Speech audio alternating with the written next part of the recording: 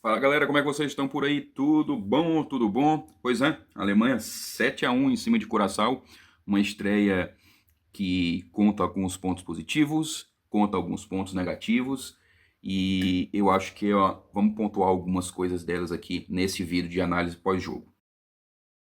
Vamos falar de algumas coisas, alguns pontos positivos. Um resultado final de 7-1, a Alemanha aproveitou suas oportunidades, foi para cima e chutou um fantasma que já estava começando a aparecer dentro do jogo, né, após o empate de Curaçao, que evidencia algumas coisas que eu acho que o Nagelsmann tem que ficar bem esperto, bem esperto.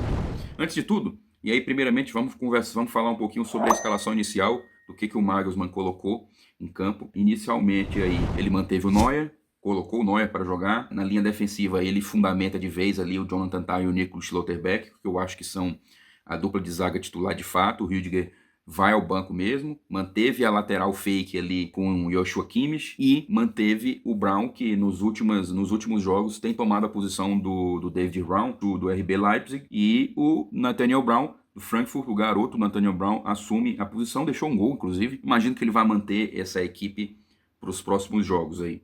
Pavlovic e Mecha, e no meio manteve Leroy Sané, que era algo que já estava cantando a pedra já aqui há muito tempo. Ele realmente gosta do Leroy Sané, e com o Caul se machucando, provavelmente ele iria assumir a posição, já que o Sané, naquele lado do campo, ele não tem rivais ali. Jamal Musiala, Florian Wirtz e Havertz, o quarteto ofensivo ali para dar aquela movimentação muito alta, com toque de bola, que a gente viu ao longo do jogo, né? Você viu o Havertz caindo para o lado esquerdo, viu o Sané buscando o jogo por dentro, o Musiala caindo pelo lado esquerdo, buscando o jogo por dentro, o Havertz tendo essa movimentação por todo o campo. O Florian Wirtz ficava um pouco mais, mas saía da esquerda para a direita, saía da esquerda para o centro, para tentar buscar jogo, para tentar buscar os companheiros, para poder fazer aqueles associações curtas que o Nagelsmann sempre curte, que ele é uma das bases do jogo do Nagelsmann.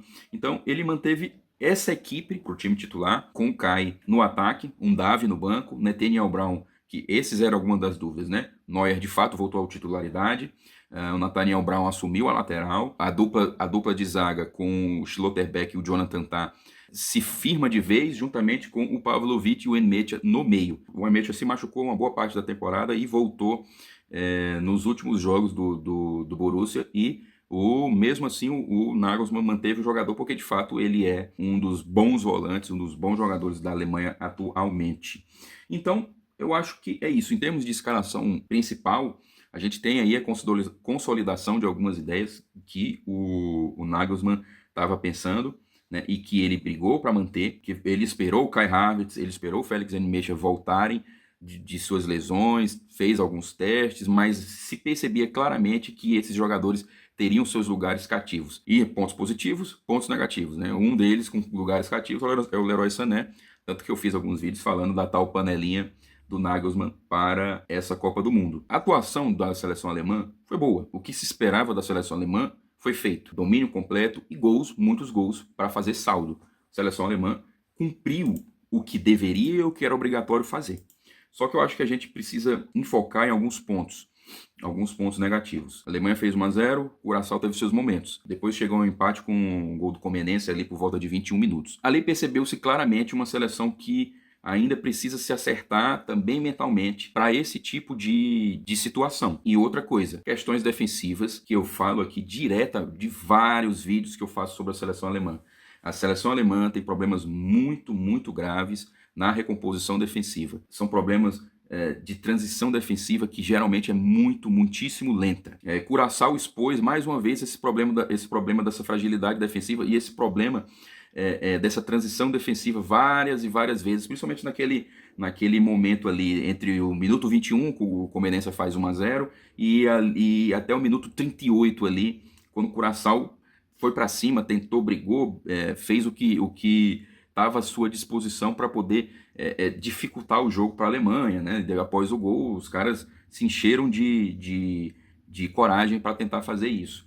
E expôs nesse breve momento, ficou exposto os problemas defensivos da seleção alemã. Quando pega equipes bem montadas, velozes, tem uma transição defensiva muito lenta. Quando o Schlotterbeck vira o jogo, e aí o Schlotterbeck já vinha ganhando no alto, em bolas alçadas na área, Antes, quando o Schlotterbeck virou o jogo, a partir daí, e o Havertz fez o segundo de pênalti numa jogada do Nmecha, que pisa muito na área. Isso é uma coisa o Nagelsmann dá opções ao Nmecha fazer. O Nmecha faz isso como ninguém, também no Borussia Dortmund com o Niko Kovac. Ele sai e ele pisa muito na área para jogar, chuta bem de fora da área, não à toa o primeiro gol do Nmecha foi dessa forma também.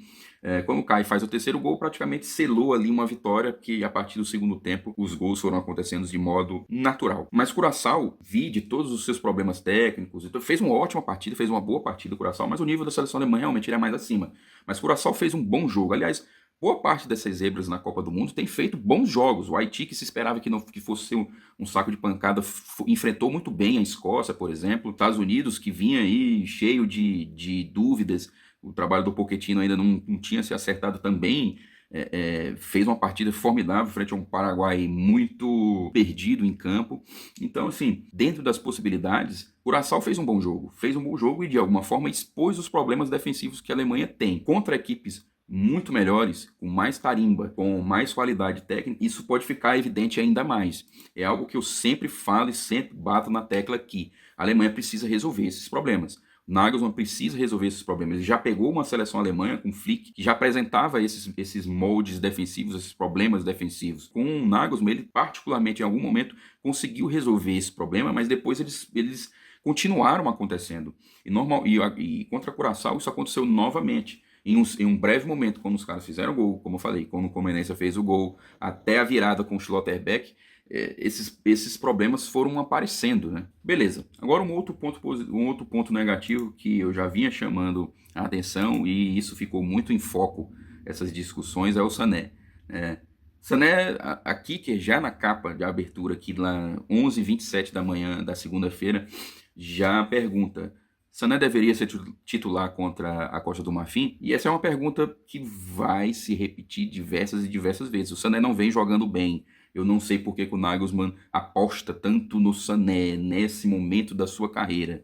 O Sané não foi mal no trio de meio, entre os quatro atacantes ali, meios e atacantes, com o Musiala, com o Wirtz, com o Havertz. O Sané não jogou, não fez um bom jogo. Não conseguiu jogar um bom futebol, né? Então, tem sido discutido isso na Alemanha, né? Miller e o Klopp, por exemplo, defenderam o Sané, dizendo que ele não tem sombra, que ele é um bom jogador, que ele pode fazer. O Nagelsmann claramente gosta do jogador, mas é muito claro que o Sané não tem jogado bem. Ontem ele não teve pontos, ele não foi primordial para o gol que Curaçao fez, ou ele não teve erros muito crassos, mas ele também não fez um bom jogo. Ele não fez um bom jogo. Isso a gente precisa discutir claramente. Um outro ponto que ficou bem à tona foi a crítica, a pequena alfinetada que o Nagelsmann deu, fez algumas declarações com relação ao gol de Curaçao, de que talvez o Neuer, e aí já falando do Neuer, poderia ter pego aquela bola, que foi uma falha do Neuer. Eu fiquei com essa impressão, no momento que o Curaçao fez 1-0 e eu vi o replay, eu fiquei com a impressão de que é uma bola que seria defensável, né? E esse é o que eu tô falando. O Neuer de antes defenderia aquela bola. O Baumann, que tá no banco, tenho certeza que defenderia também. Mas é o que eu tô falando. Se o Nagelsmann resolveu apostar no Neuer, ele vai ter que considerar que o Neuer não é mais o goleiro de antes. E que ele toma esse tipo de gol hoje em dia. O Neuer, ele apresentou ao longo da temporada, além dos problemas físicos que ele tem apresentado, e ele já chegou com problemas físicos, tanto que nos nos amistosos antes da Copa do Mundo ele não esteve em campo, porque ele se machucou ainda com o Bayern no final de temporada. Além desses problemas físicos, ele tem apresentado alguns problemas técnicos. O Neuer não é mais o mesmo goleiro de anteriormente, mas ele é uma legenda, ele é um grande jogador. A situação que gerou do retorno do Neuer, do Baumann, que sempre foi o goleiro titular, do Nagelsmann, para colocá-lo no banco, para colocar o Neuer na Copa do Mundo, foi uma situação que não foi muito bacana. Eu ainda acho que aquela bola era, de certa forma, defensável. Eu não acho que esse era o momento do Neuer titular. Eu acho que o Baumann era o titular.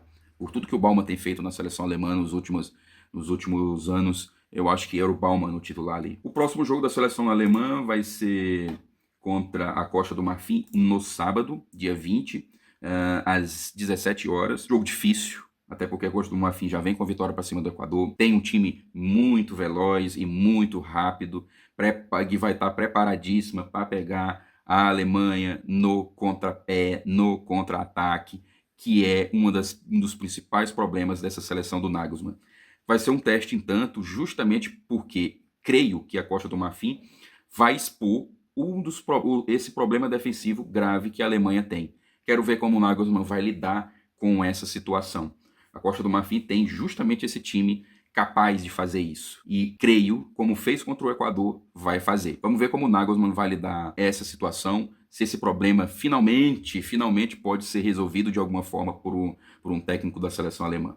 Vamos ver como é que vai ser isso. Beleza? Para a gente deixar um pouco essas discussões da seleção alemã pós-jogo um pouco mais dinâmico, eu estou pensando sim em fazer, após o jogo contra a Costa do Marfim e após o jogo contra o Equador, uma live pós para ser um pouco mais dinâmico, para ser um pouco mais rápido, porque assim evita de eu também ter que fazer o vídeo, editar e tal, e a vida anda muito corrida para mim. Então eu queria de fato ter um pouco mais de agilidade com relação a isso para poder acompanhar a seleção alemã nessa Copa do Mundo, jogo após jogo. Então estou pensando sim em fazer lives nos próximos jogos. Eu devo deixar organizadinho para fazer uma live pós-jogo falando da seleção alemã. E se alguém colar na live, a gente pode aí ter uma discussão bacana a respeito da seleção alemã e da Copa do Mundo e o que pintar pela frente, beleza? É isso. Bom, valeu pessoal, falou!